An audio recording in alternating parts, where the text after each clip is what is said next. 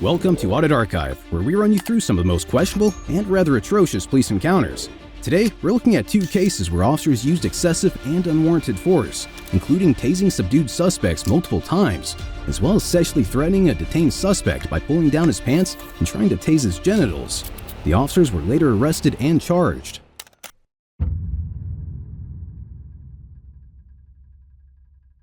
On October 14, 2023, Officer Nick Kihos of the Naugatuck Police Department was involved in a chase with Mr. Jarell Day, who was suspected of shoplifting and had collided with 2 police cruisers while fleeing from police.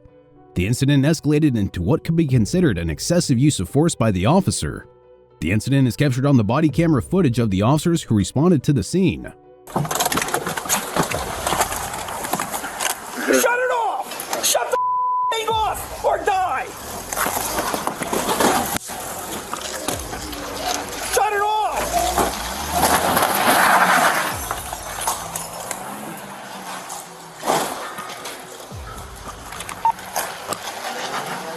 DBA? Okay, we had the vehicle boxed in and it drove up on a grass, took off at a high rate of speed and struck Officer Kihos' cruiser. It's now heading... Mr. Day fled from police officers who were responding to an incident at a store where he was allegedly attempting to shoplift. During his escape, it was evident that he struck 2 police cruisers. This action violates Connecticut state law, specifically Section 14-223B, which states, "No person operating a motor vehicle when signaled to stop by an officer in a police vehicle using an audible signal device or flashing or revolving lights shall increase the speed of the motor vehicle in an attempt to escape or elude such police officer. Any person who violates this subsection shall be guilty of a Class A misdemeanor." Additionally, fleeing from law enforcement is addressed under Connecticut General Statute Section 53A-167A, which articulates, "A person is guilty of interfering with an officer when such person obstructs, resists, hinders, or endangers any peace officer or firefighter in the performance of such peace officers or firefighters' duties." Okay, we have the vehicle boxed in, and it drove up on a grass, took off at a high rate of speed and struck Officer Kihos' cruiser. We're heading on South Main towards Waterbury, towards Overy. Crash on the on-ramp. Fail.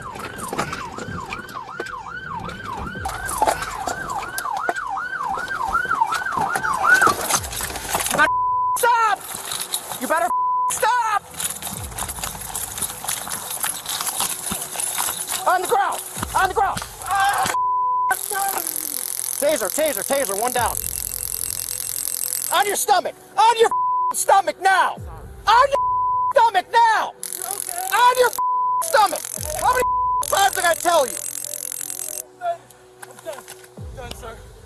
Officer Kihos apprehended Mr. Day using a taser, but concern arose from a second deployment of the taser which appeared unnecessary, as Mr. Day was already immobilized and complying with instructions.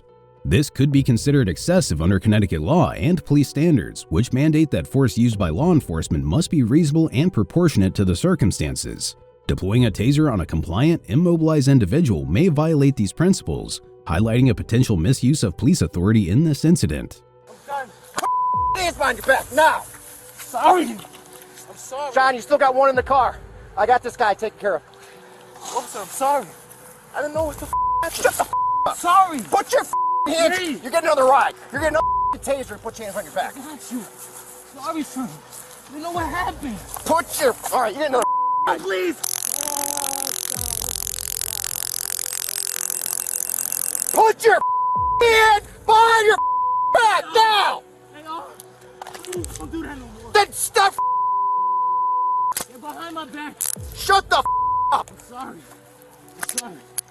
Sorry. You're a idiot, you know that? No. You turned a larceny into a felony. I didn't know what happened. Shut the up!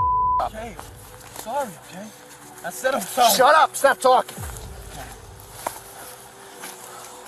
Sorry, okay, officer? Given that Mr. Day shows no aggressive behavior or indications of attempting to flee or attack, the use of a taser a 3rd time by Officer Kihos can be once again seen as excessive and unwarranted. This breaches Connecticut standards on reasonable use of force, which require that any force used be necessary and proportional to the threat presented.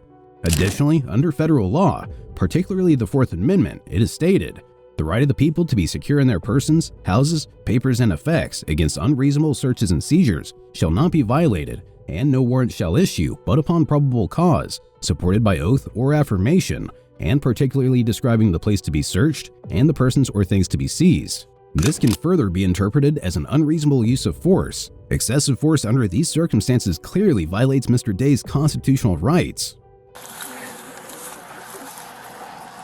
Said I'm sorry. You can stop talking.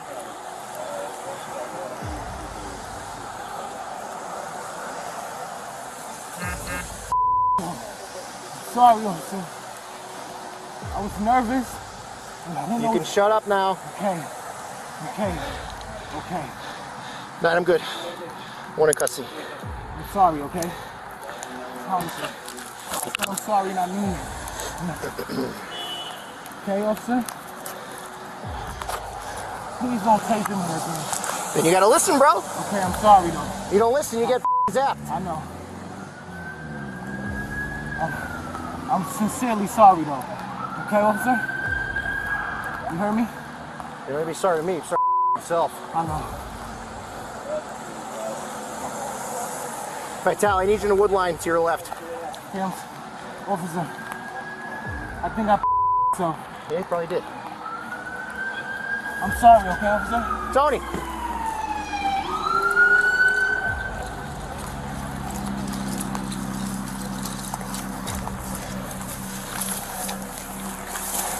All right, stand up. I got you, sir. Get up. Use your legs. Stand up. Try hard. Taser 3 times. Got it. Shut up.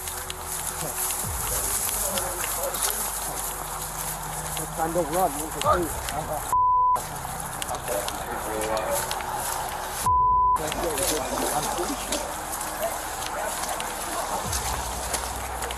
Where do you want him? Doesn't matter. Just throw him in the car for now. Hey, close the on-ramp down. We're closing everything down. I know you did. I heard you. Mr. Day faced multiple charges, including attempted second-degree assault, third-degree robbery, assault on police, illegal weapon possession in a vehicle, second-degree larceny, reckless driving, operating under suspension, and evading responsibility. Despite the severe nature of these accusations and the circumstances surrounding his arrest, Mr. Day did not suffer from any injuries during the incident. In October 2023, Officer Kios, who was involved in the arrest of Mr. Day, was placed on paid administrative leave. This administrative action preceded his arrest on October 30th, 2023, when he was charged with third-degree assault and intentional cruelty to persons.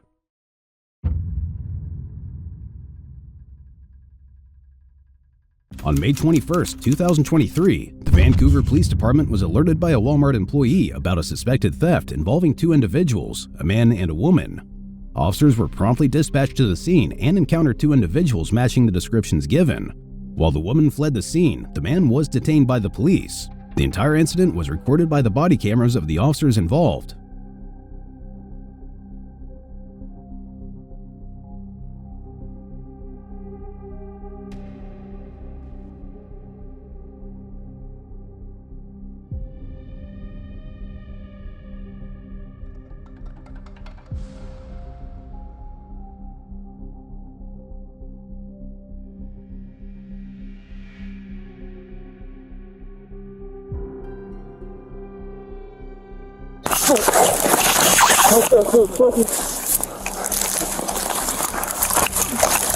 Just press me in the balls.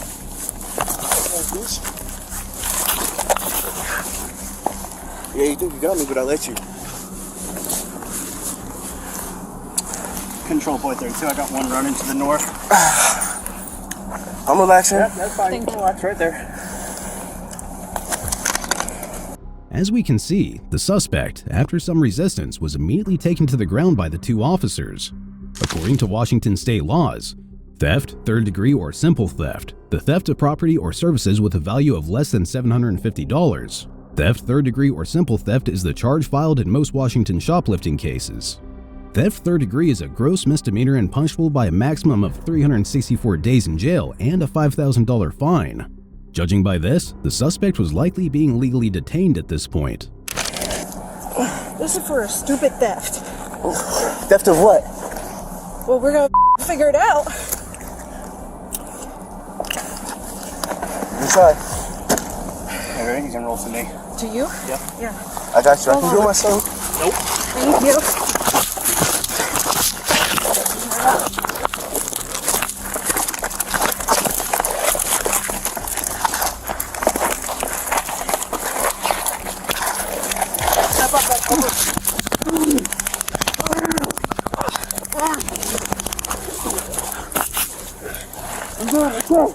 As the man attempted to flee by standing up and shoving the officers, he was quickly subdued and brought to the ground. Officer Andrea Mendoza then promptly used a taser on his back to ensure control of the situation. This action, while aimed at controlling the situation, raises concerns about the laws the man might be violating. Under Washington state law, specifically RCW 9A.76.040, the man's actions constitute resisting arrest. This statute states that a person is guilty of resisting arrest if they intentionally prevent or attempt to prevent a peace officer from lawfully arresting them. This offense is classified as a misdemeanor, punishable by up to 90 days in jail and/or fines up to $1,000.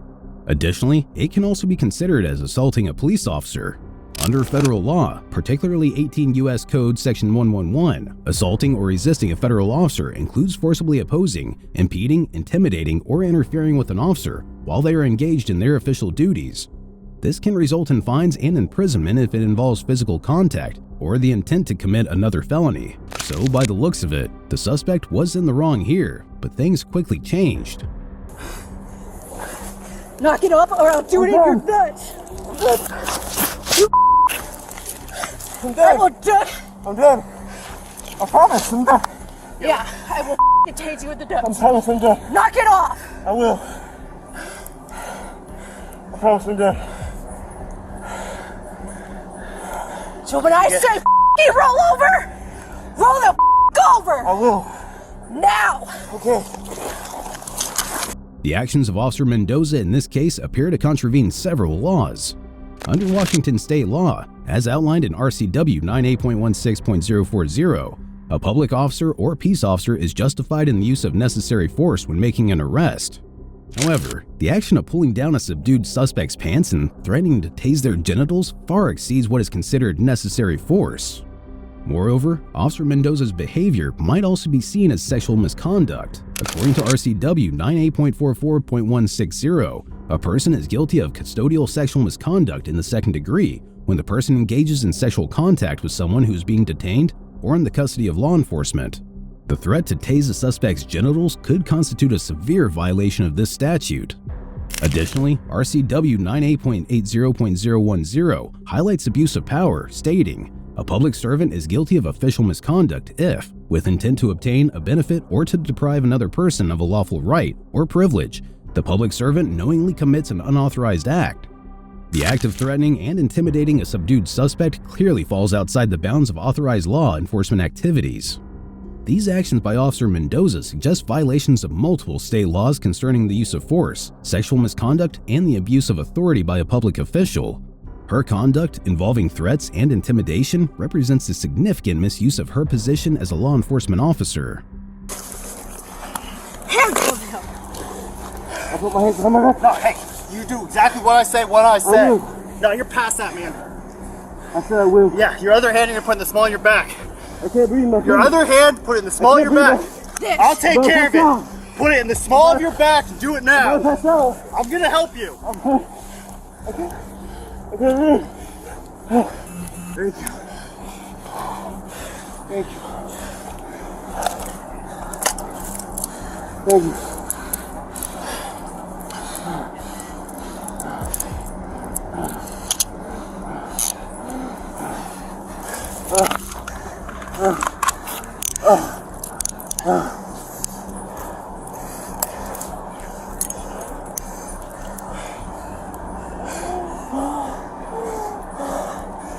Okay, I have some We need an air.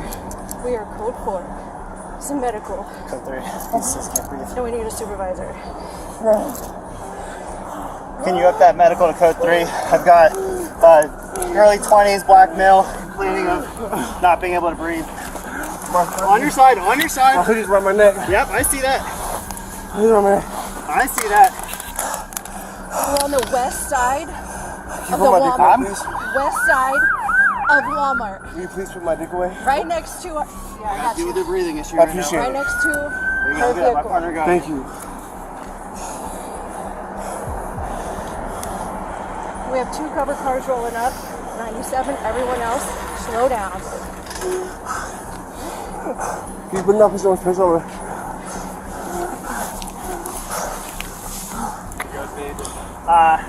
Chill the out.